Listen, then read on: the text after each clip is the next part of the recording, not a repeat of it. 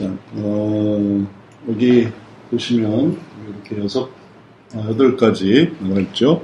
8가지에서 각각 이제 이번에 최근에 또 변동이 좀 있었어요. 그래서 지난번에는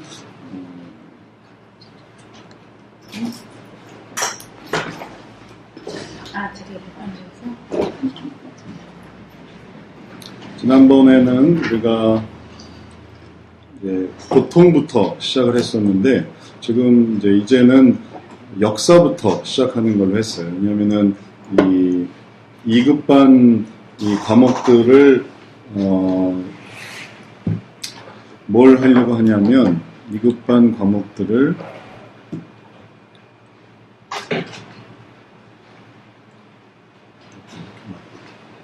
마음대로 움직이네.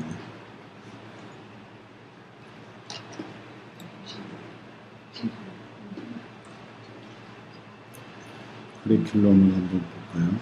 커리큘럼을 여기서 해야 됩니다. 커리큘럼이 이제 바뀌었는데 전에는 고통이 있었고 그다음에 고통 과목이 이제 요 위치에 있었는데 요거를 일로 빼고 그다음에 여기 있던 교회 사역이 일로 가고 그다음에 역사가 올라가고 조금 변동을 거쳤어요.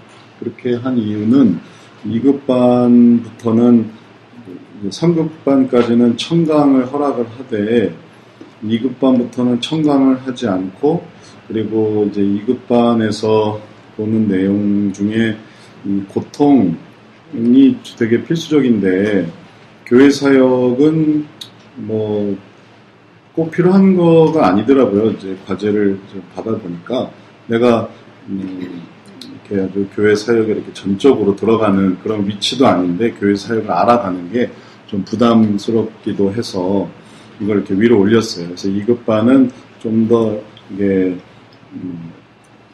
뭔가 이렇게 간절함이 있고 또 위치가 있고 또 뭔가 어떤 책임이 있고 이제 이럴 때 배울 수 있도록 하고 3급반은 그냥 편한 마음으로 성도들이 그냥 쉽게 배울 수 있도록 하기 위해서 고통을 내리고 교회 사역을 올리고 그러면서 이제 역사부터 배워나가는 걸로 해서 커리큘럼을 바꿨어요.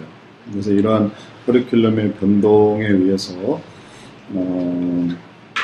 여러분들이 배우신 거는 상관이 없어요. 배우신 건 어차피 교회 사역, 역사, 그 다음에 교회 사역, 고통, 역사 이렇게 배우다가 고통, 역사, 교회 사역 배우니까 배운 순서의 차이만 있지 크게 달라진 건 없어요.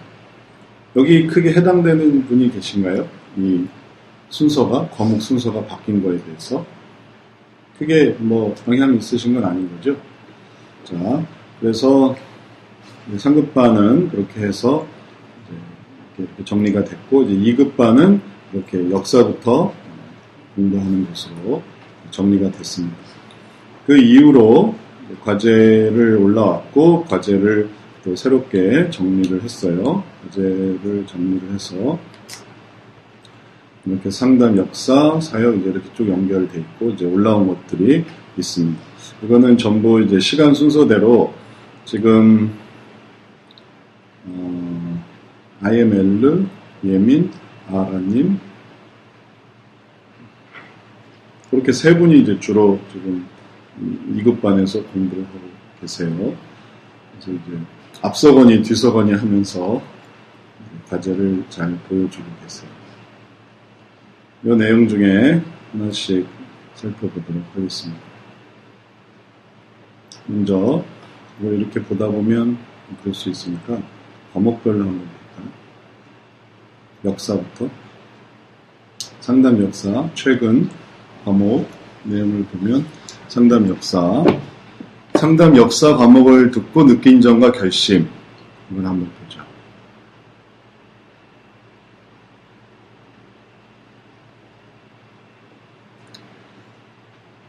상담 역사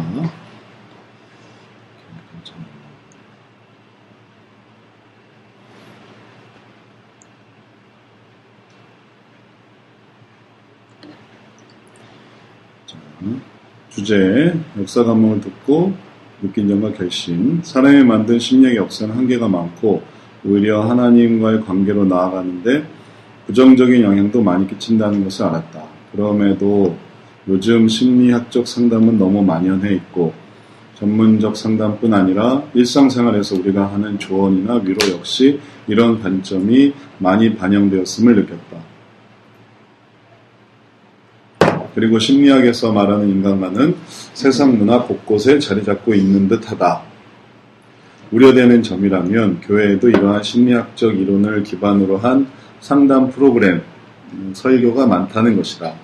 오히려 성경으로만 기준을 삼고 프로그램이나 사역을 의논할 시에는 진부하고 고리타분한 반응도 있다. 이게 참 안타까운 거네요.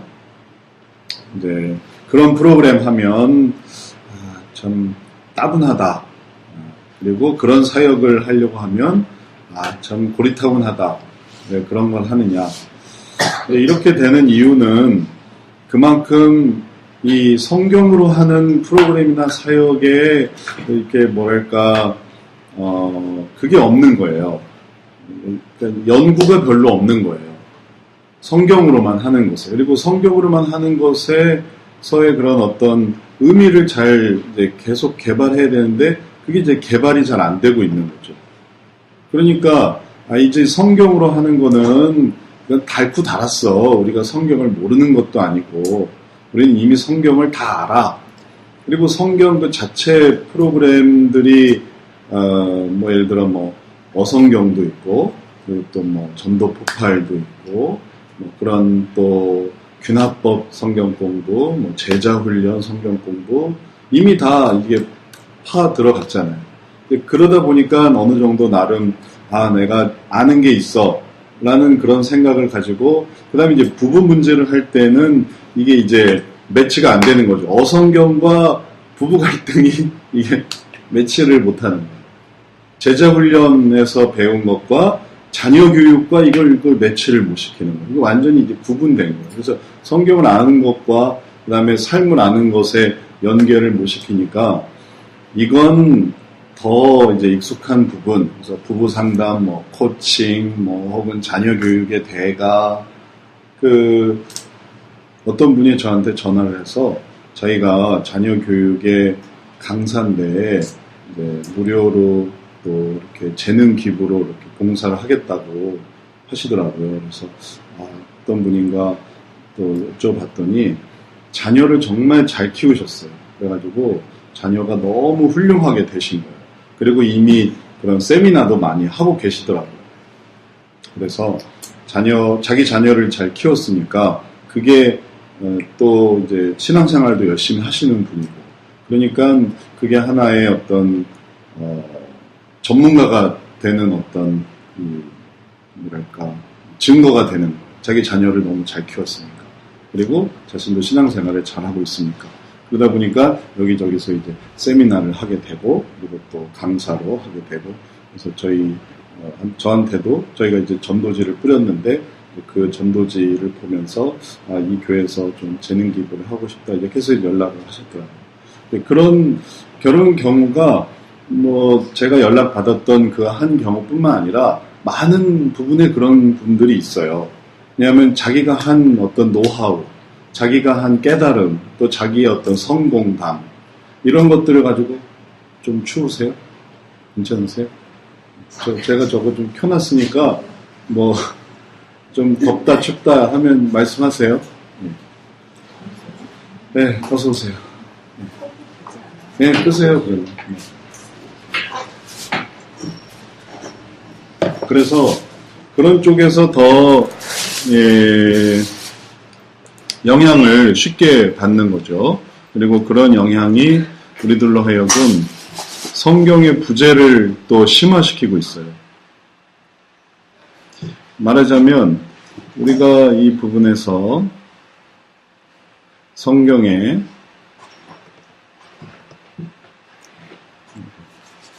영향이 분명히 이제 배워나가는 것이 있는데 이게 이제 우리의 삶 혹은 생활 속에 있는데 여기에 심리학이 있단 말이죠. 네, 이 심리학적인 결과 속에 이게 들어오는 게 성경에서부터 이게 들어오는 게 이게 약하다 보니까 오히려 더 많은 부분에서 들어오게 되는데 이제 이 심리학적인 것에 그 어떤 안타까운 핵심은 뭐냐면 경험도 들어가 있다는 거예요. 경험도. 이게 여기서의 간증이 들어오는 거하고 이게 들어오고 하는 거는 이게 의미가 완전히 달라요. 왜냐하면 이건 예를 들어서 하나님과의 관계잖아요. 하나님과 관계 속에서 신앙 간증. 그러면 그런 간증으로 의미를 가질 수 있는데 이게 이렇게 들어오게 되면 제가 어떤 내용인지 잘 모르니까 어떤 개개인을 옳다 좋다 그런 게 아니라 그런 방식 자체를 말하는 거예요. 개개인의 경험. 그리고 그런 것들이 이제 심리학과 연결이 될지 안 될지 확실하지 않은 상황에서 이런 것들이 이렇게 들어오게 되니까 우리들에게는 성경 이해를 통한 삶에 연결되는 이런 부분이 약하면 약할수록 이 심리학에서 오는 여러 가지 교육 프로그램 또 그런 것들은 막 책도 너무나 많고 하려고 하는 사람도 너무나 많고 또 막 해주고 싶어 한단 말이죠. 그러니까 이쪽에서는 그렇게 해서 재능 기부를 하겠습니다. 그런 건 없어도 이쪽은 그렇게 할 수 있는 사람들이 되게 많은 거예요. 그러니까 그렇게 하다 보면 또 그게 심리학의 그 자체 혹은 경험에서 보여주는 그 자체적인 그런 매력 이런 것들에 그냥 길들여지는 거죠. 그리고 그렇게 길들여지게 될 때 이제 성경으로 혹은 또 신앙적으로 하는 그런 부분에 특별히 의지가 없으면은 그냥 또 여기에 이제 영향을 받게 되는 거예요. 그리고 그런 것들이 오히려 더 진보적으로 보여지고 또 이런 거는 또 보수적으로 이해되고 또 그런 이미지까지 겹치다 보니까 삶은 더 많은 부분에서 영향을 받게 되는 거죠. 그래서 이제 이런 어떤 영향성 그러다 보니까 삶과 생활이 더 이렇게 경향으로 가게 되는 그런 환경 속에서 오히려 성경으로만 기준을 삼고 프로그램이나 사역을 의논할 때 진부하고 고리타분하다는 반응이 있는 거죠. 그럼 이제 이런 것들을 대응하기 위해서 어떤 분은 이걸 이제 어떻게 대응하냐면 이걸 일일이 이제 반박을 하는 거예요. 일일이. 이건 왜 틀렸고, 이건 왜 틀렸고, 왜 틀렸고, 왜 틀렸고, 왜 틀렸고. 그렇게 반박을 하는 게 이게 되게 힘든 일이에요. 그러니까 좀 그러니까 그런 것들이 일일이 그건 문제고 저건 문제고 그렇게 하는 게 보통 또 어떤 사명감으로 하지 않으면 또 어려운 일이더라고요. 제가 그 사이트를 이렇게 좀 찾아보다가 그런 사이트를 보게 됐는데 어떤 사이트가 있냐면 이런 사이트가 있어요.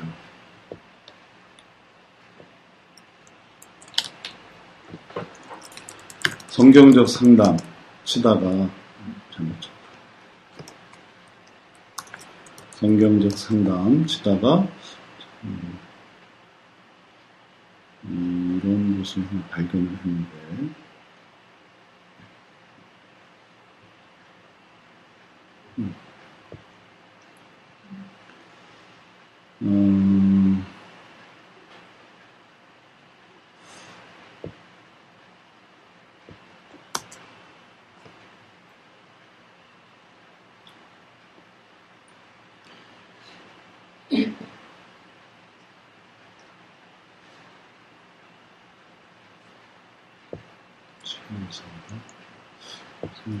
제가 봤던 게 이게 아니었는데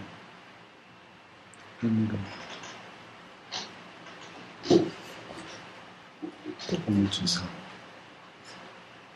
치유상담 다수죠.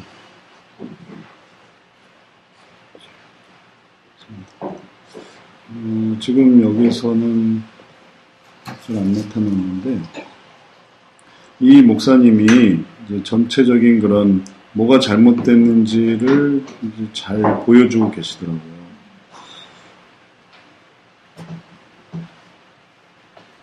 그래서 제가 보면서 아 이렇게도 할 수 있구나 이런 것들을 생각을 했는데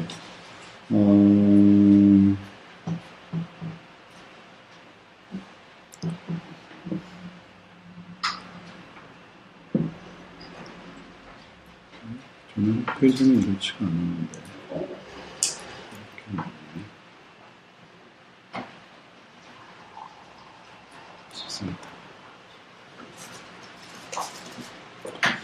예, 뭐, 여하튼, 예, 다시 돌아와서, 제가 좀 나중에 저 홈페이지를 다시 한번 좀 확인하고 말씀드리도록 할게요. 제가 전에 봤던 거는 이런 게 아니었는데, 이렇게 나오네요. 그쪽으로 가서.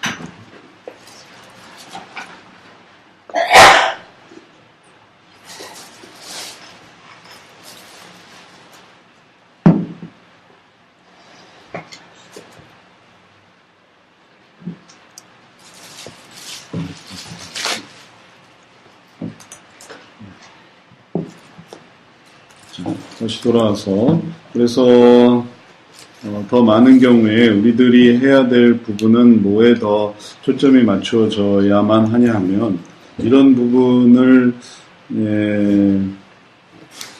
반박하고 이게 왜 틀리다라는 것을 얘기하는 이런 부분도 나중에는 필요할 수 있을 것 같아요. 이거를 이렇게 차단하는.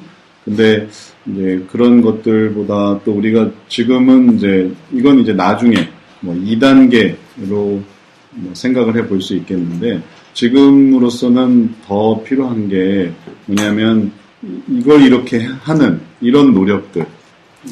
왜냐하면 이게 대안을 제시하는 게 좀 더 의미가 있을 수 있거든요.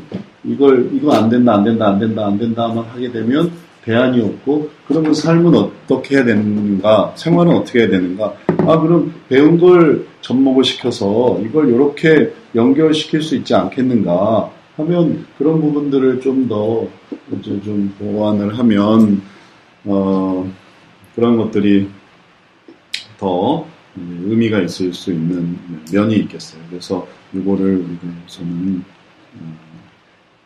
이런 것들을 좀 어느 정도 좀 잘 해놓는 게 필요하겠어요. 일단 이거는 뭐 여러분들이 어떻게 생각을 하시는지 일단 제 생각은 그래요. 왜냐하면 이거는 자꾸만 이렇게 반박을 하고 비판을 하고 막 그러다 보니까 이것도 되게 힘든 일이 돼버리는데 이 1단계에서 하는 이게 새로운 것을 이렇게도 할 수 있습니다. 저렇게도 할 수 있습니다. 이런 것들은 뭔가를 만들어내는 기쁨이 있고 또 그 속에서 좀 더 이렇게 효과 있는 그런 어떤 대안을 제시할 수 있으니까 뭐 여튼 두 가지 중에서 우리의 방식은 이렇게 하거나 이렇게 하거나 할 때 이제 삶을 성경적으로 좀 더 연결시켜 나갈 수 있으니까 그 중에 하나가 좀 필요한 부분이 되겠어요. 자, 네네, 정태영 목사님. 정태영 목사님도 대단하세요. 이렇게 다 반박을 해요. 정태영 목사님은 따로 공부를 예전에 웨스트민스터에도 잠깐 뭐 좀 공부를 하셨던 것 같은데 정식으로 뭐 이렇게 공부를 하신 건 아니고 혼자서 공부를 혼자 연구를 많이 하셨더라고요. 고신 출신 목사님이시고. 네.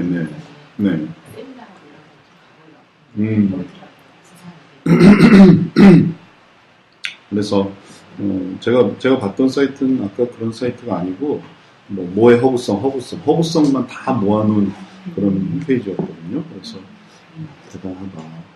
그렇게 모아두니까 허구성, 잘못 이런 게 엄청나게 많더라고요. 그리고 그것도 일일이 그렇게 2단 사역하시는 분들도 정말 어려운 일이잖아요.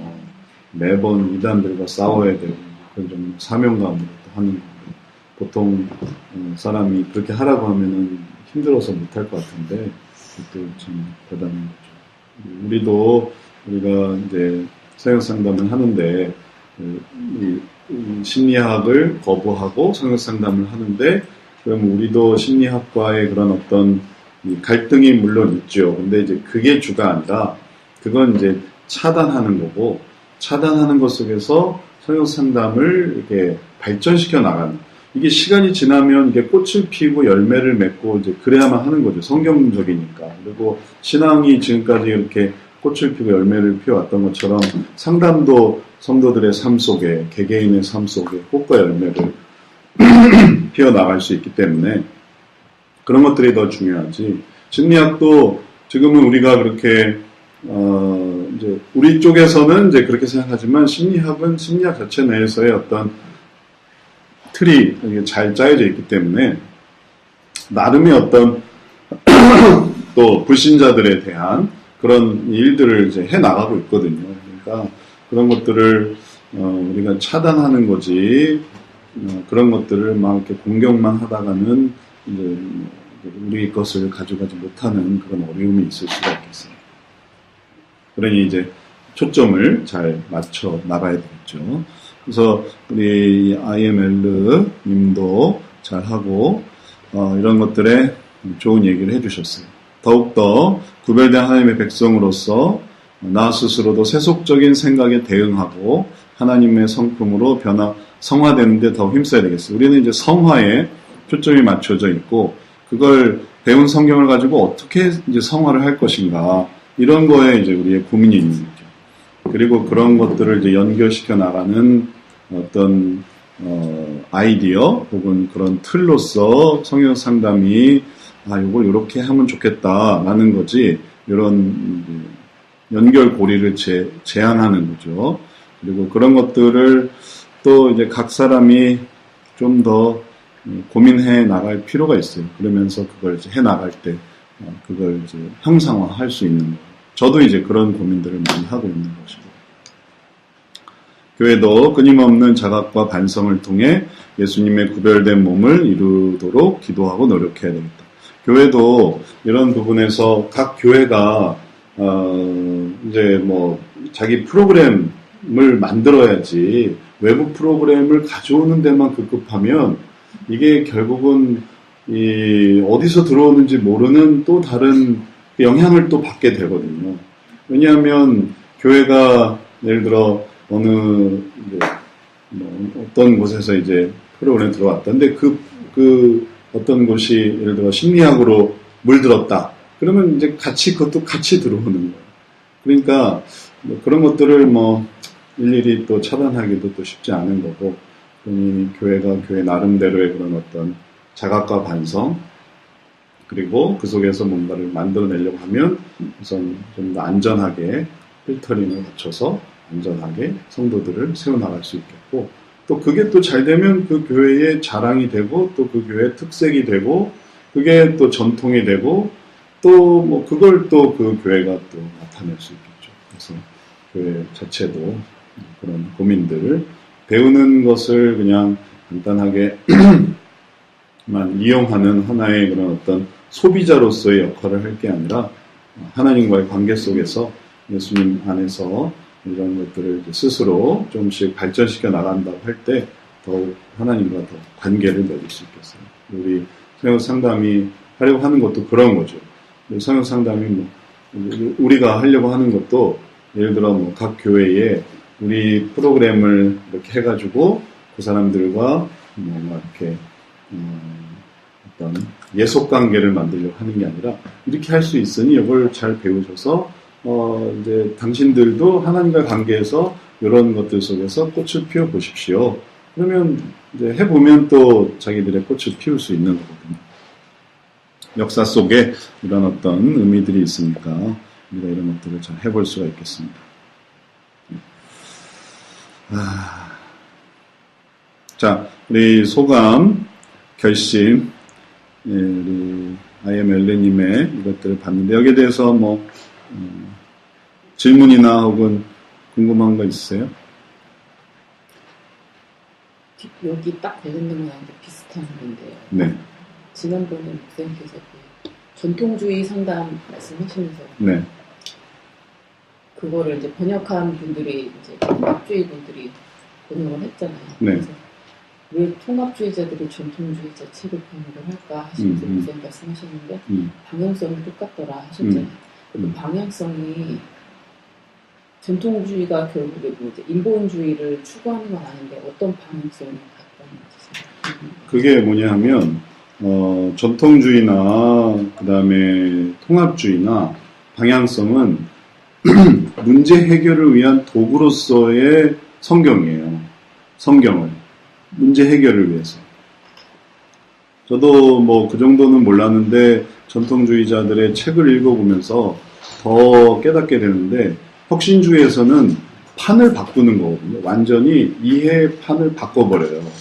이해의 판을 바꾼다는 게 뭐냐면 지금까지 내가 그 문제만 막 골똘하게 해가지고 이 문제를 이거 어떻게 해결을 할까 이런 거였는데 이 혁신주의에서는 지금 그걸 알게 하는 건 당신의 이걸 깨닫게 하려는 것이다. 해서 이제 관점을 바꾸게 해가지고 그럼 사실은 내가 이런 문제가 있었군요. 그래서 그 속에서 하나님을 알아가는 거예요. 예를 들어서 요나에게 풍랑이 온 이유는 그에게 사실은 이 풍랑을 어떻게 헤쳐나갈 것인가에 대한 문제가 아니고 근원적으로 그가 하나님의 그 사명, 부르심 그걸 갔었어야 되는데 혹은 그걸 따라갔어야 되는데 그걸 따라가지 못한 어려움이 있었던 거예요. 근데 그걸 깨닫게 되는 게 아니라 뭘 깨닫게 된 거냐면 이제 전통주의나 그다음에 그 통합주의나 다 뭐냐면 이걸 해결하는 거예요. 이걸. 성경도 이걸 해결하기 위한 그러니까 눈을 벗어버리지 못하는 거예요. 이제 그 성경으로 상담하라라는 책이 있는데 제가 이제 그 전통주의를 좀 이해하기 위해서 그 책을 좀 읽어봤는데 그 책의 어떤 주된 흐름도 성경으로 그걸 할 수 있다. 성경으로 이 문제를 할 수 있다. 성경으로 뭐 거식증을 해결할 수 있다. 성경으로 혹은 우울증, 산후 우울증을 해결할 수 있다. 성경으로 문제를 해결할 수 있다. 그래서 이 성경이 중요하고 이 성경이 중요하고 이 성경이 중요하고 이렇게 해서 히브리서 말씀, 빌립보서 말씀, 뭐 갈라디아서 말씀 그거를 한 번 읽고 또 읽고 뭐 한 번 암송하고 두 번 암송하고 또 생각해보게 하고 책 읽게 하고 과제 자체가 다 그런 거예요. 그러니까 나중에 제가 그것을 알게 됐습니다 하고 제가 이제 더 이상 뭐 거식증에 시달리지 않겠습니다. 혹은 뭐 우울증에 시달리지 않겠습니다. 그리고서 이제 얘기가 끝나는 거예요. 그러니까 그 틀을 결국은 벗어나지 못하는 거예요. 근데 그게 통합주의자가 사용하기가 딱 좋은 거예요. 왜냐하면 통합주의자의 마인드도 그런 마인드에 단지 뭐만 이제 존재하게 되는 거냐면은 가끔씩 심리학도 쓴다는 거거든요. 통합주의자와 전통주의자의 마인드를 생각을 해보면 그래서 전통주의의 상담에 있어서는 상담이 이만큼 이제 순수 성경으로 이렇게 된다라고 할 때 통합주의는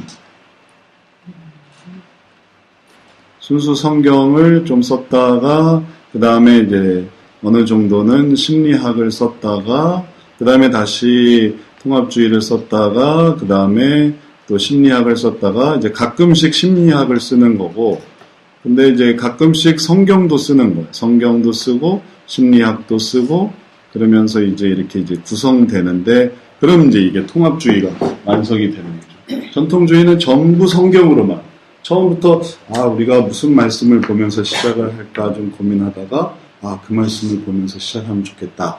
이 사람한테 줄 수 있는 말씀은 시편이 좋겠다. 그래서 시편으로부터 이제 시작하는 거. 진짜 처음부터까지 성경으로 시작을 해서 성경으로 끝나요. 그리고 앞으로 당신의 삶은 이렇게 하면 좋겠다.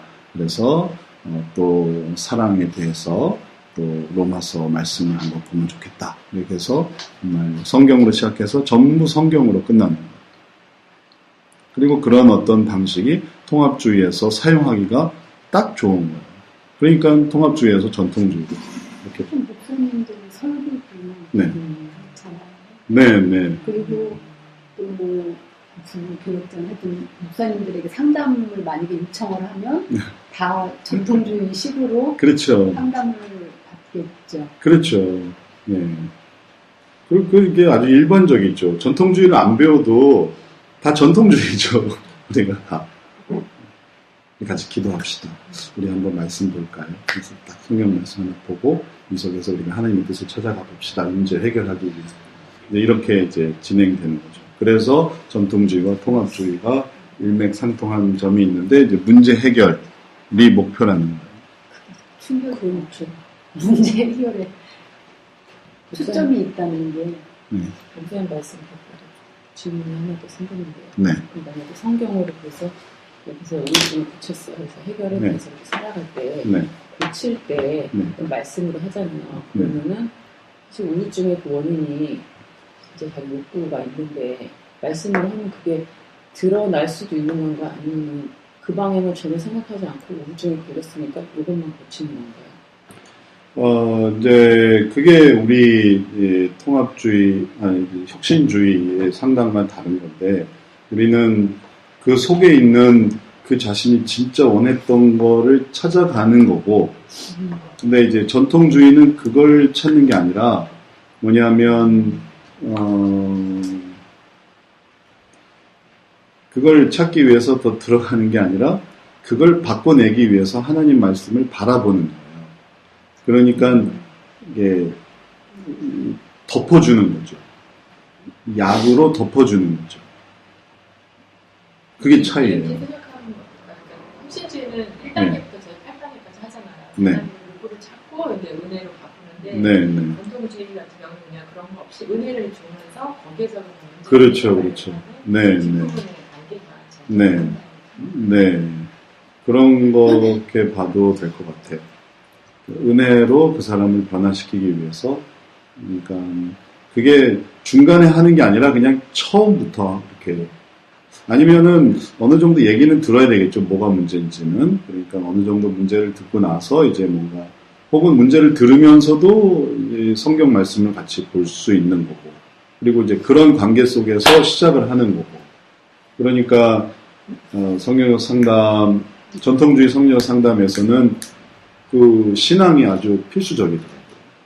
그리고 성경을 사용한다는 게 너무너무 이제 받아들여지는 사람에 의해서 또 가능한 것이고 성도들 속에서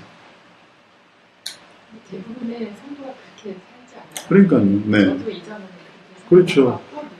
그러니까 그게 나쁘다는 게 아니에요. 그러니까 그렇게 하는 게 어쩌면은 잘하고 있는 거예요. 그렇게 하는 게. 그리고 그게 이상한 게 아니고. 그러면 우리가 얘기하는 건 뭐냐면 혁신주의는 그런 게 아니다라는 것뿐이에요. 그러니까 혁신주의를 배우지 않았으면 이런 거에 대해서 고민할 필요가 없어요. 다만 전통주의도 통합주의를 경계하기 때문에 우리는 통합주의가 아니다. 우리는 통합주의적으로 이렇게 심리학을 사용하지 우리는 끝까지 성경만 쓴다. 이런 차이고 통합주의는 이제 반대로 우리는 전통주의가 아니다. 우리는 이렇게 성경만 이렇게 그냥 죽으라고 쓰는 게 아니다. 우리는 심리학도 쓴다. 그래서 심리 검사도 하고 또 심리 이론도 좀 적용을 하고 그렇게 하는데 우리가 또 뭐 그것만 하느냐 그런 것도 아니다. 우리가 또 성경도 사용한다. 그래서 이렇게 하는 거고. 그리고 혁신주의는 우리는 이런 게 아니다라는 거죠. 그 차이예요. 그래서 뭐 이제 이런 부분을 좋고 나쁘고를 따지려는 게 아니라 우리가 하려는 이러한 부분들은 이 속에 있는 또 다른 부분을 이제 다룬다는 처음부터 끝까지 이 부분, 새로운 부분 그리고 이제 이게 마음이라는 의도, 동기 이런 것들을 처음부터 끝까지 계속 다루게 된다는 이 사람이 왜 이런 거를 괴로워하지? 이런 것에서부터 이 사람한테 이게 왜 아픔이 될까? 이걸 왜 두려워하지? 이걸 왜 바라지? 이 사람이 왜 이런 은혜를 원한다고 하는 걸까? 그리고 이 사람이 이제 갑자기 바뀌었어요. 이제 제가 이제 사랑하겠습니다. 이 사람이 왜 사랑을 하려고 하는 걸까? 이제 교회 일을 열심히 하려고. 그럼 교회 일을 왜 하려고 하세요? 그러니까 처음부터 끝까지 이 마음과 의도와 동기와 목표는 그냥 계속 이어지는 거예요. 그리고 그렇기 때문에 이게 불신자에게도 적용이 되는 거고 그 다음에 처음부터 끝까지 이게 다 깔려 있는 거기 때문에 정신적인 문제도 해결하는 것이고 그래서 구성상 이런 부분이 다른 거죠. 그러면 이런 마음과 의도, 동기, 목표를 성경 속에서 찾으려면 성경을 단순히 단편적으로 이렇게 전달해 주는 것으로 할 수가 없고 성경을 이렇게 덮어주는 게 아니라 성경으로 그 속을 이렇게 후벼 파야만 하는 거예요. 성경 말씀을 보면서 이제 위로를 받으세요. 하나님이 얼마나 함께 하시는가를 받으세요가 아니라 성경 말씀을 보면서 이제 당신이 정말 원하는 게 뭔지를 한번 좀 생각해 보세요 하고 그걸 또 여는 거죠. 그리고 또 그걸 또 열고 그걸 또 열어서 이제 그럼 이제 다 나왔습니다 할 때 그걸 또 연단 말이에요. 근데 성경에 그런 부분이 있어요. 그러니 성경 사용이 다른 거죠. 예를 들면 우리가 식당 도구가 있잖아요. 식당 도구가 이렇게 있는데 예를 들면 뭐 칼이 있고 혹은 또 가위가 있고 그리고 주방용 도구로 칼과 가위와 도마가 있고 그리고 뭐 프라이팬이 있고 뭐 이렇게 다양하게 이렇게 있을 때 전통주의는 요리를 한다라고 한번 생각을 해보면 좋을 것 같아요. 요리를 한다고 할 때 전통주의는 이 문제에 대해서 이걸 이렇게 덮고 이걸 덮고 이걸 이렇게 덮어서 이렇게 풍성하게 만드는 그리고 그 속에 이제 맛을 만들어내는 거라면 이제 혁신주의는 요리를 할 때 그거를 뭔가 이렇게 쪼개고 다듬고 다지고 불로 지피고 그래서 그 원형이 아닌 그걸 이제 완전히 바꾼 그런 새로운 맛을 만들어낸다 이렇게 말할 수 있을 것 같아요. 그러니까 맛있는 게 아니라 혁신주의는 몸에 좋은 요리. 네. 그러니까 그 원래 그것만 그냥 놔두는 게 아니에요. 원래 전통주의는 그걸 그렇게 성경 말씀을 이렇게 되기 때문에 원래 그거는 바뀌었는지 안 바뀌었는지 알 수가 없고 뭐 바뀔 수도 있겠지만 안 바뀔 수도 있고 그러나 하여튼 이게 이렇게 다 이렇게 붙이는 거예요. 그리고 그게 이제 지금까지 이제 방식이었고 근데 이걸 이런 식으로 하는 방식을 만들어낸 거라는 거죠. 그러니까 이걸 안 배워도 상관없어요. 이건 그냥 배우고 싶은 사람이 배우는 거예요. 저는 이제 공부를 하면서 말씀에 대한 그러니까 말씀을 대하는 그러니까 정말 깜짝 놀랐던 게 뭐냐면요.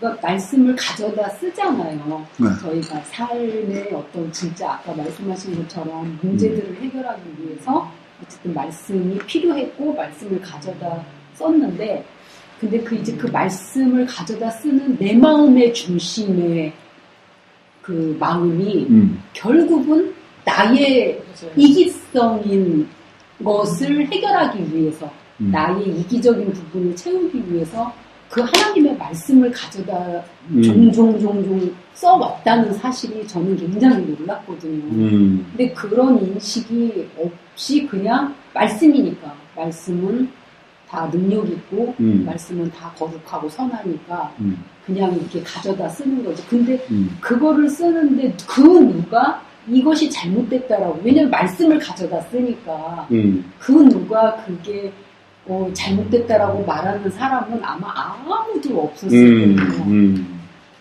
근데 정말 그거를 열심히 가져다 쓰면서 결국은 내 마음 안에 있는 이기성을 해결하고 채우기 위해서 그것을 이렇게 가져다 썼었더라고요. 그런 경우가 참 많이 있었더라고요. 그게 이제 미국에서의 모습을 보면 전통주의는 주로 이제 남부 침례교가 이렇게 많이 이렇게 나타난 곳에서 주로 쓰여요.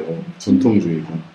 근데 이제 침례교, 미국 남부의 침례교, 그래서 남침례교 혹은 뭐 남부의 뭐 침례교 이분들의 신앙 스타일이 어떠냐 하면 그냥 정말 성경을 정말 중요하게 여기는데 성경을 중요하게 여기고 성경을 주로 사용하는데 마음은 변화되지 않아요. 그러니까 남부에서 그렇게 성경을 하면서도 흑인 제도를 옹호하고 그리고 그 속에서 어떤 백인 우월주의 사상에 이렇게 들어가 있는 이유는 이게 성경이 자기들의 어떤 상황을 이렇게 보호하는 수단인 거예요.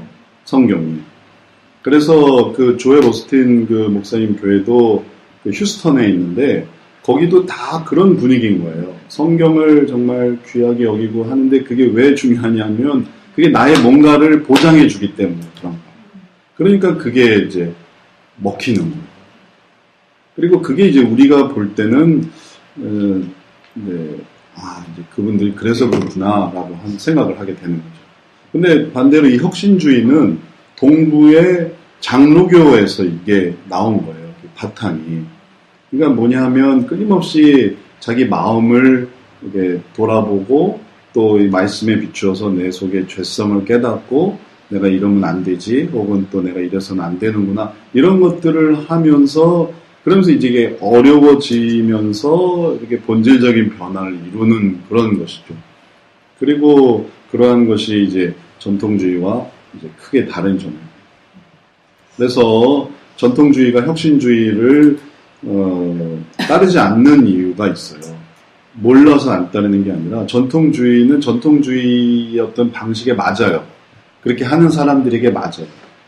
그 사람들에게 혁신주의는 어려운 얘기예요.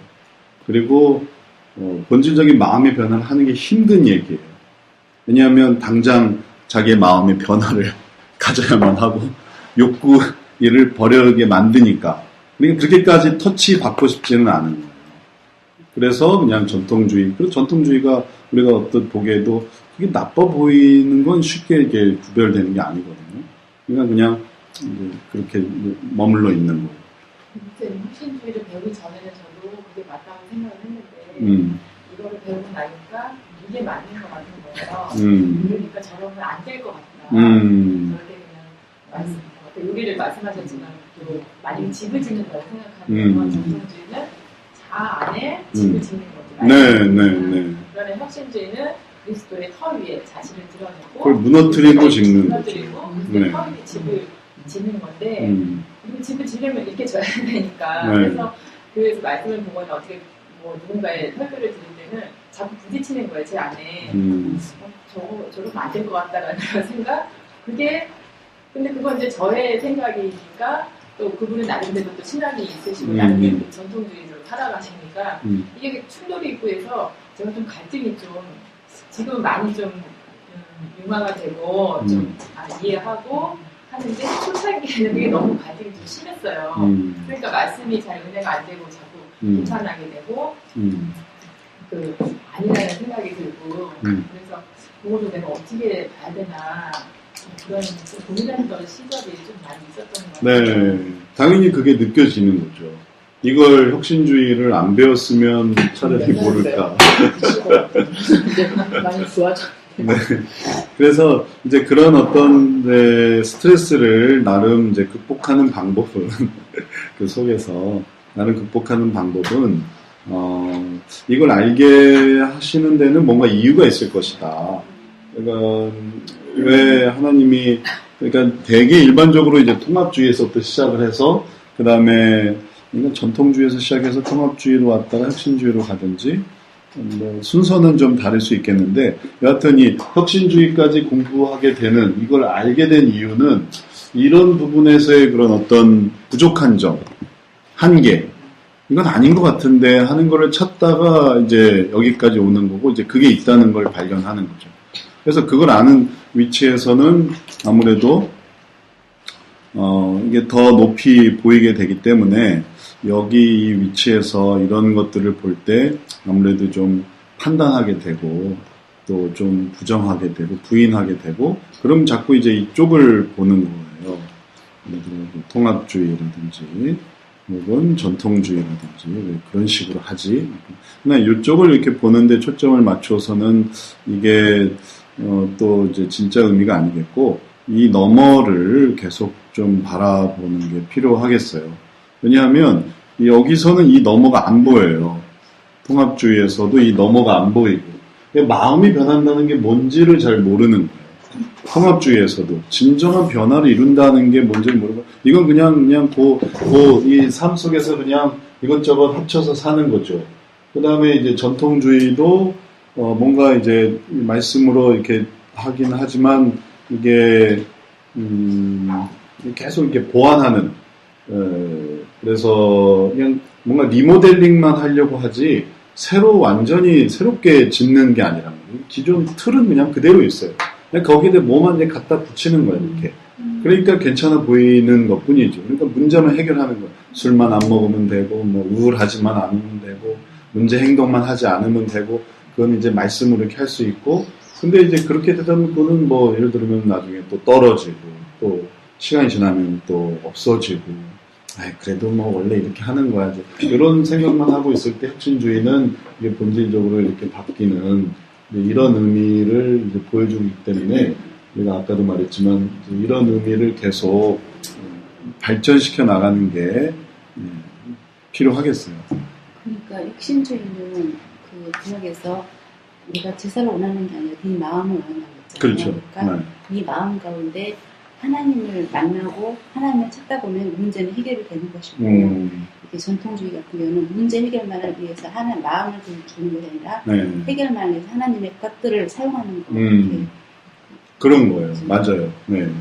근데 그게 어떤 분들이 어떻게 하다가 이게 되는 분들이 있는데 되는 분들이 있어서 이게 뭔지를 아는 분이 있는데 이런 분들에게 전통주의는 그렇게 한 것이 뭔지를 잘 설명을 못 해주는 그렇게 됐는데 진짜 어떻게 하다 보면 마음이 변하는 사람들이 있어요. 근데 그게 됐는데 그게 뭔지를 설명을 잘 못 해줘요. 그 개념 하에서는. 그래서 오히려 이렇게 된 사람을 다시 이렇게 돌려버리게 되는 거죠. 그럼 이걸 또 한 번 재현하려면 어떻게 해야 됩니까? 그럼 성경을 읽게 하세요. 성경 10번, 뭐 성경 암송 몇 번, 혹은 또 며칠부터 며칠까지 그것을 써오세요. 과제 수준이 다 그래요. 과제 내준 과제 수준이. 우리 과제랑은 우리는 절대 그런 과제를 내주지 않거든요. 몇 번 써와라, 몇 번 읽어봐라, 몇 번 암송해라. 근데 상담 사례들을 읽어보면 과제 수준이 다 그런 식이기 때문에 오히려 한 번 이렇게 한 번 들었는데 막 마음이 변화되고 혹은 또 뭔가 그 속에서 뭔가를 깨달아가고 알아가고 이런 차원이 아닌 그걸 다시 이렇게 돌려버리기 때문에 이건 더 밑으로 내리는 거죠. 그 속에서 이제 심리학도 좀 생각해보게 하고 그러니까 오히려 은혜를 받은 사람에게는 이게 답답한 거죠. 이런 게 아닌 것 같은데 그러다 보니까 이제 이 자체가 다 이제 무너져 내리게 되는 거예요. 그래서 우리가 아까 얘기했던 왜 이걸 왜 이렇게 못할까 하면 그 속에 이런 요소들이 있어요. 묘하게. 예를 들어 전도폭발, 제자훈련, 또 어성경, 또 성경 프로그램 뭐가 있을까? 귀납적 성경 연구. 왜 그걸로 가정 문제를 왜 해결을 못하냐 하면 그걸 어떤 식으로 접근을 하냐면은 전통주의식으로 접근하려고 하니까 이게 안 되는 거예요. 전통주의식의 접근은 이걸 할 수가 없게 만드는 거예요. 그러니까 당연히 그런 부분의 의미를 못 얻는 이게 더 이제 더 쉬운 거죠. 그러니까 이게 더 참신해 보이는 거죠. 안 그런가요? 맞습니다. 그죠? 그러면 목사님 이게 상담뿐이 아니라 신앙생활에서 교회에서도 이렇게 추구를 해야 될 것 같아요. 그렇죠. 네. 어떻게 보면 우리 교회가 우리 나라에서 교회가 이렇게 하는 데가 찾기 힘들잖아요. 그러니까 제자훈련도 진짜 공부 너무너무 열심히 제자훈련 해보자 아시잖아요. 공부에 투자한 시간이 엄청나요. 아무것도 못해요. 예전에 우리 장미수 집사님 교회 제자훈련 하겠는데 일주일 내내 그거에 붙들려서 해야만 하는 거예요. 근데 뭐냐 하면은 책 읽어와라, 암송해와라, 또 뭐 써와라. 다 이런 거지, 그 마음의 변화를 위한 그런 게 아니에요. 그러니까 말씀하신 대로 우리 교회, 한국 교회의 어떤, 누구세요? 바람이? 우리 한국 교회의 어떤 부분들이 결국은 이렇게 해서 전통주의 식으로 그렇게 하다 보니까 연결고리가 안 돼서 그렇게 하다 보면 결국 그렇게 해서 뭔가 이제 마지막 순간에 결정을 내려야 될 때 그런 어떤 제자훈련, 성경 공부 근데 이제 결국은 그렇게 해서 최종적인 선택을 하는 거거든요. 최종적인 선택을 해서 A를 선택하느냐 B를 선택해야 되는데 그 모든 사람들이 딱 그 선택에서 A와 B 중에서 뭘 선택하냐면은 이제 하나는 내가 원하는 거, 하나님이 원하시는 거, 근데 마지막에 내가 원하는 거 딱 선택하는 거예요. 하나님이 원하시는 거 선택하는 거예요. 그러니까 이게 성경 연구 훈련이 결국 요거밖에 못 온 거죠. 근데 요걸 바꾸려면 이제 이런 체질을 개선을 해서 마음의 변화를 그의 반만이라도 마음의 변화, 그를 계속 성경에서 또 조명하고 깨달은 걸 생각해 보세요. 뭘 깨달았습니까? 무슨 생각을 했습니까? 당신의 생각을 말해 보세요.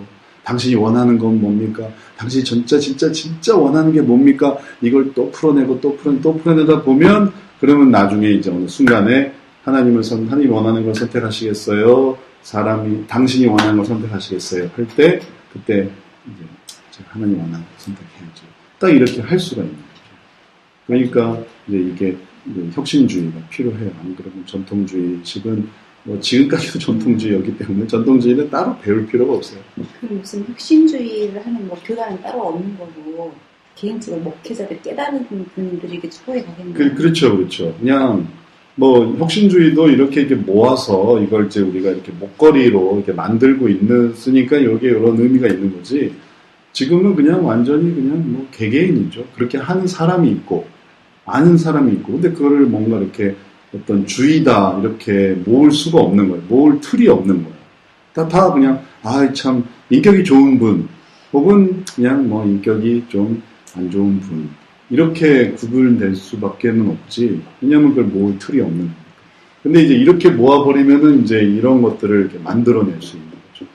그렇게 생각하는 사람들이 혹은 그렇게 생각하는 사람들을 당연하게 여기고 그런 사람들을 또 퍼뜨리고 배출하고 그러면은 이제 그런 것들이 이제 하나의 어떤 의미를 형성할 수 있겠죠. 근데 그 성경에서 이렇게 말하고 있는 진짜 진리는 혁신주의 진리잖아요. 그렇죠. 그러니까 우리가 이걸 하는 거죠. 네. 네. 저도 예를 들어 전통주의 옛날에는 다 했잖아요. 말씀을 들이대면 제 죄가 보이긴 하잖아요. 그래서 내가 그걸 고쳐야지 하는 생각이 들어요. 이제 죄를 버려야지 할 때 약간 넘어간 거잖아요. 그 목사님 말씀 들으면서 막 더 이해가 생기더라고요. 근데 그래서 고쳐요. 근데 그 다음에 또 그래요. 그럼 또 말씀을 들이대면 그래 내가 이렇게 하면 안 되지 하는데 이걸 공부하고 나니까 내가 왜 그러는지 저의 깊은 마음을 알 수 있어서 이게 또 이러는구나 해서 이 판을 아예 바꿔야지 내가 또 이러지 않겠다 이거를 깨달았거든요. 근데 그 목사님 말씀 들으니까 딱 이해가 돼요. 저희 교회에서도 이렇게 좀 신앙 있는 분들은 말씀을 딱 하면 미워하고 하면 사랑하는 내가 미워했었어 이렇게 하면 안 돼. 자기 죄를 깨닫잖아요.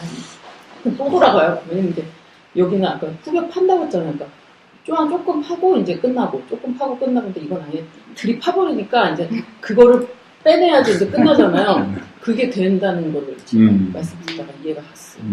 전통주의랑 그 차이점이 레벨로가 더 좋고 훨씬 더 질이 좋은 것 같아요. 네.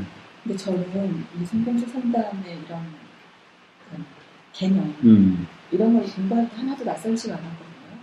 저는 원래 그렇게 살아왔어요. 네. 그게 왜 그랬을까 생각해보니까 저는 신앙이 이제 막 성장할 때, 청년기 때 YM의 책을 계속 읽었었던 거예요. YM 사람들은 하나님과 친밀함을 추구하는 그런 방향성이 있더라고요. 그러다 보니까 이제 자기의 죄에 대해서 하나님과의 그 관계를 굉장히 중요시하게 생각하고, 그러니까 자기를 늘 돌아보게 되고, 이제 질문이 하나님이냐, 선택가 무엇이냐, 이렇게 늘 물어보는 거란 말이죠.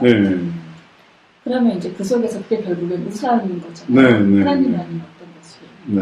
그러니까 YM의 사람들의 사고는 그런 식의 얘기고, 근데 최근 들어서는 그 신사도주의라고 좀 신사도 분류가 되는 그런 분들의 이제 되면 유기성 목사님 또 다른 이제 책들 그런 류라고 조금 이렇게 뭐라고 하나 여하튼 그런 분들의 책을 읽을 때도 그분들도 이렇게 뭐라 그럴까 하나님의 임재 의식을 굉장히 좀 추구하고 그러기 위해서는 또 하나님과 친밀해야 되고 또 친밀해야 되니까 좀 더 자기 어떤 그 사고가 죄에 대해서 민감하고 자기를 자기한테 어떤 현상이나 문제가 왔을 때 자기를 후벼파는 쪽으로 자기 죄나 하나님보다 우선시하는 게 뭐지? 뭐 이런 식으로 혹은 뭐 또 권위라든가 그래서 맥락이 지금 물론 그쪽은 좀 더 영적으로 이렇게 신사도적 이런 쪽은 임파테이션이라든가 좀 가하게 가는 부분도 있지만 맥락이 좀 비슷하네. 그리고 이 사람들의 이런 해석이 그 어떤 문제들에 대한 해석이 우리 쪽하고 그러니까 네. 성경적 상담을 하는 이쪽하고 책들 하고 비슷하네 하는 생각을 하게 됐어요. 이제 그거를 이제 구별을 하셔야 되는데 이제 제가 그렇게 구별할 수 있도록 도와드리려고 하는 건데 이제 전통주의와는 다르게 전통주의는 뭐 어디에나 다 쓰일 수 있겠지만 특별히 혁신주의는 장로교적인 전통 속에 있어요. 장로교적인 전통은 뭐냐면은 성경 위주예요. 그다음에 이 성경 위주에서 이제 위험하게 보는 건 뭐냐면은 성경을 벗어난 계시 그리고 이 계시가 뭐가 되냐면 자기 중심적인 계시. 그래서 자기의 위상을 높이는 계시. 이런 것들이 성경 속에서는 우리가 이제 그냥 단순히 뭐랄까 이제 성경 안에서는 우리가 하나님 말씀 속에서 우리 자신을 비춰보기 때문에 이게 명확하게 보여요. 말하자면 거울처럼 보이는 거. 성경으로 보게 되면. 근데 이제 이게 전통주의적으로 보면 이 속을 그냥 외면만 보는 거지 내 어떤 속까지 들여다보는 건 아니거든요. 그러나 혁신주의에서는 이거를 자기 이제 속까지 들여다보는 이런 건데 이 영적인 부분으로 넘어가게 되면 이게 왜곡이 되기 시작해요. 그래서 그게 어떤 식으로 왜곡이 되냐면 내가 죄를 보기는 보는데 내 죄를 통해서 뭐가 반사가 되냐면은 내가 죄를 졌음에도 불구하고 내 위치가 이렇게 아름답게 보이는 거예요. 죄 지은 모습도. 그러니까 이제 착시가 일어나기 시작하는 거죠.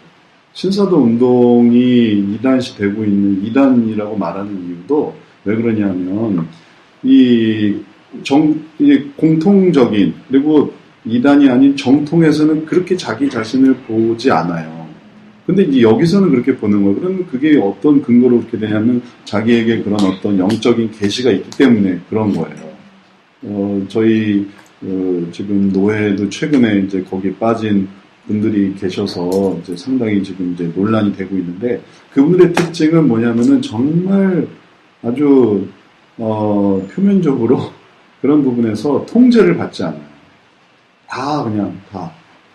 내가 잘하고 잘못하고 그걸 외부에서 그건 좀 잘못한 것 같은데요. 이런 것들을 이제 넘어서 버리는 거예요. 왜냐하면 나는 특별한 존재다라는 그런 의식이 있기 때문에. 근데 그럼 이게 같으냐라고 한다면은 그게 이제 차이가 있는 거죠. 왜 그러냐면은 이거는 우리 자신을 씻어서 깨끗게 해서 어떤 특별한 존재를 만들려고 하는 게 아니라 그리스도를 닮는, 그리스도는 정말 모든 사람에서 낮아지심으로 높아지신 분이기 때문에, 그러니까 엘리베이터를 타고 가는데 엘리베이터가 어디로 가냐면 밑에 있는 거예요. 롯데월드 엘리베이터가 이제 한 1층부터 시작하는, 그러니까 고층으로 가려는 엘리베이터는 지하부터 시작을 한다는 말이죠. 63빌딩도 지하에 이제 들어간 입구가 있어요. 그래서 오히려 와서 밑으로 내려가야만 그 엘리베이터를 타고 위로 올라가는 것이라 그리스도의 그 낮아지심을 생각할 때 오히려 그리스도의 영광 속에서 더 어려운 일들을 해나가는데, 근데 이제 그런 영적인 기조로 나아가시는 분들은 스스로 한층 한층 이렇게 높아져 가기 때문에 말씀으로 자기를 비추는 게 아니라 자기의 어떤 특별한 감정과 그리고 특별한 계시와 그런 것들로 이제 자기를 보기 때문에 그게 이제 왜곡이 되는 거죠. 그러니까 그렇게 왜곡이 되기 쉬운 상태인 거죠. 그러니까는 그런 부분에서 또 이게 성경적인가 했더니 그게 또 자기 중심성을 생각을 해보면은 또 여기가 완전히 다른 그런 새로운 분야를 또 만들어가게 되는 거죠. 그러니까 이거는 또 다른 더 어려운 얘기가 되는 거니까 요런 얘기에서 더더군다나 삶과 생활에 대한 어떤 뭐 규범을 만들고 이렇게 하기는 더 어려워요. 왜냐하면 여기서부터 이렇게 떨어져 나간 그런 면이 있기 때문에 이단도 마찬가지예요. 이단에서 이런 부분을 하는 것도 더 어려운 것이고 이제 그런 거는 좀 구별을 이게 같아 보이는 것 같아도 이게 다른 면이 있으니까 그런 면에서 이런 차이가 있구나 이런 것들을 좀 생각을 해보시면 좋을 것 같아요. 신사도적 그 치명적인 성경적으로 보면 직통계시를 인정한다는 거 거기에서 되게 이게 직통계시가 보통 계시를 받을 수는 있어요. 목사님도. 그런데 문제는 뭐냐면은 그걸 받는 자기 자신을 높이기 시작한다는 거예요. 권위를 그렇죠, 그렇죠. 아, 나는 좀 특별한 사람이기 시작했어. 이제 이런 거죠. 그럼 이제 그게 결국은 뭐냐면은, 하나님의 몸 속에서 이게 결국은, 하나님의 그 조직과 몸을 이제 구성하고 있고, 그게 다 이제 세포가 이제 구성되어 있는데, 그게 예를 들어서, 이제 커지기 시작한다고 생각해 보세요. 그러면 이제 이게 통제를 안 받는 종양이 되는 거죠. 악성 종양이냐, 양성 종양이냐, 뭐 이런 것에 따라서 제거할 수 있느냐, 할 수 없느냐 차이가 있는데, 양성 종양은 그 정도 자라니까 그건 제거할 수 있고, 그래서 그쯤에라도 이제 그만하시죠. 그렇게 하시는 건 좋지 않습니다. 이렇게 얘기하면, 아, 예, 죄송합니다. 하고 이제 하면은 이제 양성입니다. 근데 이제 그만하시죠. 그렇게 하면 좀 성경적인 어떤 범위와 우리가 지금 계시가 있는 사람이 있고 계시가 없는 사람이 있을 수 있어요. 이건 은사로 생각할 때. 그래서 은사에게 또 필요한 것은 이제 교회를 세워나가는 그런 규칙들이 있는데 또 은사가 없는 사람이 있을 수 있어요. 하지만 그러나 은사가 있건 없건 다 그리스도의 몸을 구성한단 말이죠. 그렇게 구성하는 이유는 이게 교회를 다 살리기 위한 것이기 때문에. 그래서 예를 들어 교회 안에서도 마찬가지로 어떤 사람이 은사가 있어요. 방언이 있고 통변이 있어요. 근데 방언을 한다고 해서 막 시도 때도 없이 방언을 하는 거고 통변을 한다고 해서 그냥 시도 때도 없이 통변을 하고 예언을 한다고 해서 막 시도 때도 없이 막 예언을 한다고 해보세요. 밥 먹다가도 예언하고 혹은 차 마시다가도 예언하고 막 그런 어떤 그 절제 없이 혹은 그런 부분에 대해서 없이 그런 통제 없이 그런 걸 한다고 생각해요. 그럼 이제 처음에 얘기를 한단 말이죠. 교회라는 어떤 작은 조직을 생각해 볼 때 그렇게 하지 않는 게 좋겠습니다. 그런 부분에서는 좀 더 기도하고 좀 더 좀 상의하고 그런 부분을 얘기를 하면 좋겠습니다. 라고 하면 그러면 이제 되는데 그러지 못하고 아 저는 이거 있으면 해야 됩니다. 저 안 하면 저 죽습니다. 그렇게 해서 하기 시작하면 그 다음에 이제 자라나는 거죠. 그리고 떨어져 나가는 거예요. 그리고 떨어져 나가게 되면 이제 새로운 팔을 형성하는 거예요. 그럼 이제 대적을 해야만 하는 거예요. 그러니까 이제 그런 게 되어서는 안 됩니다. 그러니 이런 사람들에게서 온 걸 다시 일반 사람들의 삶과 생활로 들어오게 하면 그럼 그런 어떤 사고와 방식 또 그런 패턴을 또 똑같이 적용한다는 거니까 그럴 수는 없잖아요. 그러니까 그런 부분은 우리가 이제 조심을 하는 게 필요하겠습니다. 그 경계선에서 넘어가지 않고 바로 십자가 앞에 매 순간순간 이렇게 나오지 못하면 그 루시퍼가 그래서 아마 그렇죠. 네. 사람 뒤에서 있어가지고. 네. 은사자들은 더 조심해야 돼요. 제가 배우면서 제가 좀 너무 이렇게 좀 오버해서 생각하는지 모르겠지만 전통주의나 어떤 통합주의나 이런 것들은 복음이라는 것을 생각을 해봤어요. 그러니까 복음은 십자가를 내가 받아들이는 건데 자기를 부인하는 거잖아요. 자기를 부인하고 나도 여기 십자가에 죽었다는 걸 인정을 하면서 십자가를 따르는 건데 이제 이전에 이렇게 전통주의 이런 것들은 자기 부인이 없이 그냥 나의 구원을 위해서 십자가를 받아들이는 거죠. 내가 구원 받아서 십자가를 내가 인정하니까. 그런데 자기는 여전히 살아있고. 근데 내가 십자가를 받아들인다는 건 나도 역시 죽었고 나를 부인하는 거. 그러니까 자기 욕구를 부인하는 거죠. 나를 부인한다는 얘기는.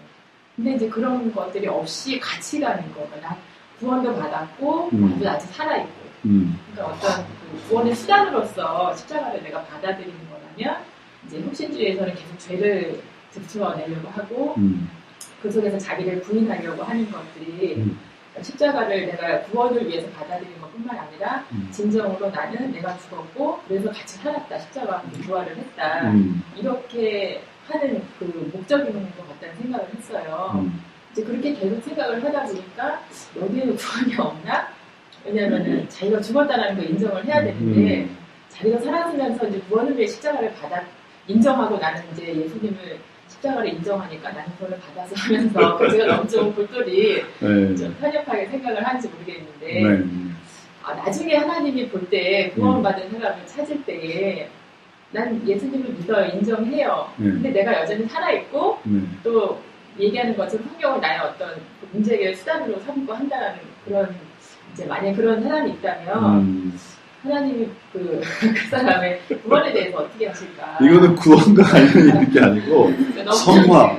좀 이제 너무 나가신 거예요. 성화예요, 성화. 그러니까 온전한 성화를 어떻게 이룰 것인가를 고민하는 거지. 그러니까 학생은 학생이에요. 근데 학생의 성적을 어떻게 높일 것인가를 고민하는 거지. 책을 펴놓고 공부하지 않는 사람이 아니니까 학생은 학생이에요. 그래서 전통주의에서 구원 여부를 이렇게 말하는 건 이건 좀 지나친 얘기고, 당연히 일반적인 거예요, 일반적. 다만 이 혁신주의가 의미 있는 건 뭐냐면은, 학생인데 공부는 열심히 한단 말이에요. 공부는 열심히 하고 정말 생활도 바르고, 근데 왜 성적은 왜 안 나올까? 이런 고민이에요. 왜 이게 표면화로 이게 드러나지 못할까? 왜 정말 막판에서 거기서 하나님께서 기뻐하시는 걸로 왜 들어가지 못할까 하면은 이제 공부하는 방식이 잘못됐고 그냥 뭐 표면적으로만 했지 내면적으로 공부를 하는 게 아니라는 거예요. 그래서 내면적으로 공부하게 하는 게 그래서 이제 성적을 높이는 게 다시 말해서 성화를 잘 이루어갈 수 있는 게 이제 혁신주의가 되는 거죠. 성화와 관련되어 있는 이유가 왜 그러냐면 삶과 생활의 문제를 해결하는 것도 이게 다 성화와 관련되어 있는 거거든요. 말씀을 적용하려는 것도 말씀이 잘 적용된 삶이 성화를 이루는 삶이죠. 그리고 이제 이게 이제 그리스도의 구원받은 삶의 하나의 이제 고민입니다. 그리고 이제 이쪽에서는 이제 성화를 방해하는 거죠. 심리학이나 혹은 자기 경험으로 이렇게 하게 되면 오히려 하나님 중심의 삶이 아닌 세상 중심이 되고 그 속에 이제 내가 했던 잘못된 생각도 그냥 다 정당화돼 버리는 거란 말이죠. 그리고 그게 또 제가 몰라서 그렇지 또 이게 사실은 알고 보니까 그게 심리학적인 상황이었고 그런데 그걸 이제 모르는 거고 그러다 보니까 개인적인 경험도 위험할 수 있는 거예요. 성화를 왜냐하면 저해해 버립니다. 예를 들면 내가 우리 자녀를 공부를 시킬 때 내가 어떻게 공부를 시켰는가 하면 그 속에서 야 하나님은 너에게 지혜를 주시는 분이야 또 너를 똑똑하게 하시는 분이야 그러니까 네가 이 세상에서 훌륭하게 될 수 있도록 너를 도우시는 분이야. 근데 이렇게 언뜻 들으면 맞는 말이에요. 그게 특별히 다른 게 아니잖아요. 하나님 정말 그런 분이니까. 그래서 그렇게 해서 우리 아이가 아주 훌륭한 또 어떤 사회적으로 훌륭한 저명 인사가 되었습니다. 이제 그렇게 해서 이제 가르치다 보면 그러면 이제 그게 이제 자기 자녀에 대한 하나님의 계획은 그랬는데 이걸 또 그걸 더 나아가서 일반화시켜서 얘기를 하려고 하면 그럼 모든 자녀들을 어떻게 생각을 할 수밖에 없냐면 하나님이 이 사람은 이렇게 쓰실 계획이 있고 저 사람은 저렇게 쓰실 계획이 있는데 다 뭔가를 해야만 하는 그리고 그걸 못하면은 이거 하나님 나를 안 도와주셨어 이렇게 생각하게 되는 그런 오해를 낳는 거예요. 누구나 다 삼손일 수는 없거든요. 누구나 다 다윗일 수는 없고 이 사람은 뭐 삼손처럼 쓰이는 거고 이 사람은 또 뭐 입다처럼 쓰이는 거고 이 사람은 또 기드온처럼 쓰이는 거고 그래서 오히려 하나님에게는 다 계획이 있어요. 그 계획을 따라가면 하나님이 각자의 하나님의 뜻을 이루게 됩니다. 이게 더 보편적인 얘기일 수 있는데 딱 특별한 하나의 우리 아이는 삼손이었어요. 우리 아이는 그런 부분에서 뭔가 남달라요. 근데 남다르지 않은 자녀들이 있을 거 아니에요. 태어날 때부터. 근데 자기 자녀의 혹은 뭐 부모님께로부터 물려받은 혹은 가문에서 가지고 있는 그런 것들로 뭔가를 이루었는데 그걸 모든 사람한테 가르치는 어떤 일반적인 걸로 만들어버리면 부모가 학자가 아니고 또 가문이 그렇게 좋은 가문도 아니고 환경도 열악한 환경에 있는데 그럼 이건 시작부터 다른데 이걸 어떻게 이해해야 되나 하나님 우리를 버렸나 이런 오해를 나올 수 있기 때문에 이게 이제 어려운 부분이 되는 거예요. 이런 이쪽에서 이렇게 오는 것들. 그래서 이제 다시 성경적으로 이렇게 일반화될 수 있는, 성경은 그런 걸 얘기하는 게 아니거든요. 개개인의 어떤 특별한 경험, 뭐 특별한 상황, 혹은 하나님이 나를 위해 존재하는 하나님이 아니고 내가 하나님을 위해서 존재하는 것이 되니까 어느 위치에서나 다 하나님께로 나아갈 수 있고, 또 그런 것들을 통해 하나님은 이런 분입니다 하면 그걸 하면은 전부 다 이렇게, 그러니까 결국은 삶의 상황이 성경으로부터 오면 성경으로 가고 이쪽에서 오면 이쪽으로 가게 된다. 그러니 예를 들어서 우리 아이가 미국 대학에 입학을 했습니다. 혹은 서울의 유명 대학에 입학했습니다. 그러면 우리 아이도 그렇게 키워야지. 그런 마음을 자극할 수밖에 없는 거예요. 그렇게 배웠기 때문에. 그러면 이쪽으로 가는 거죠. 근데 이쪽에서 오면 우리 아이는 하나님을 바라봤습니다. 우리 아이가 뭐가 된 건 그게 중요한 게 아니고 하나님께서 우리를 이렇게 하셨습니다. 우리도 하나님께로 가야지. 그러면 하나님께로 가게 된다. 그래서 이제 우리가 계속 생각해야 되는 건, 이런 것들을 대응하는 것은 이런 것들이고, 그럴 때 이게 이거보다 이게 더 낫네라는 생각을 저절로 하게 만드는 거예요.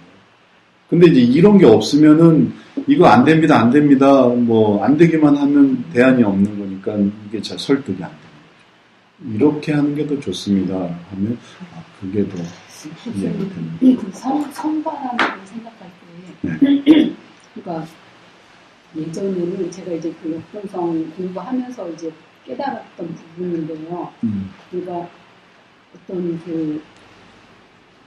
결국 성화라는 게 성령의 열매를 많이 맺는 삶을 충만하게 사는 거잖아요. 그게 우리 그리스도인이 성화되어진다 네. 할 때, 근데 어떤 이제 그 열매라는 게 이제 역동성에서 공부한 데라면 이제 어떤 영역에서는 열매가 많은데 네. 어떤 영역에서는 가시가 많고 한 사람 안에 가시가 많고 했을 때 이제 예전에는 그 어떤 그 인격이라는 부분을 이렇게 이제 가시가 많은 부분에 이제 초점을 두는 거죠. 그러니까 어느 누구를 봤을 때 이 부분은 너무 좋은데 네. 또 저 사람은 왜 이 부분은 왜 저렇게 가시가 많을까? 네. 그러면서 그 사람의 가시를 보고 그 사람의 딱 그 인격을 이렇게 판단해버리는 거죠. 그러니까 그 사람의 어떤 총체적인 인격으로 이렇게 오해를 해버리게 되는 거예요. 그리고 또 자신에 대해서도 나는 이 영역은 참 너무 칭찬도 받고 너무 인정도 받고 하는데 왜 이 영역은 이렇게 내가 잘하지를 못하지? 했을 때 그 어떤 그거를 영역 안에 있는 그 영역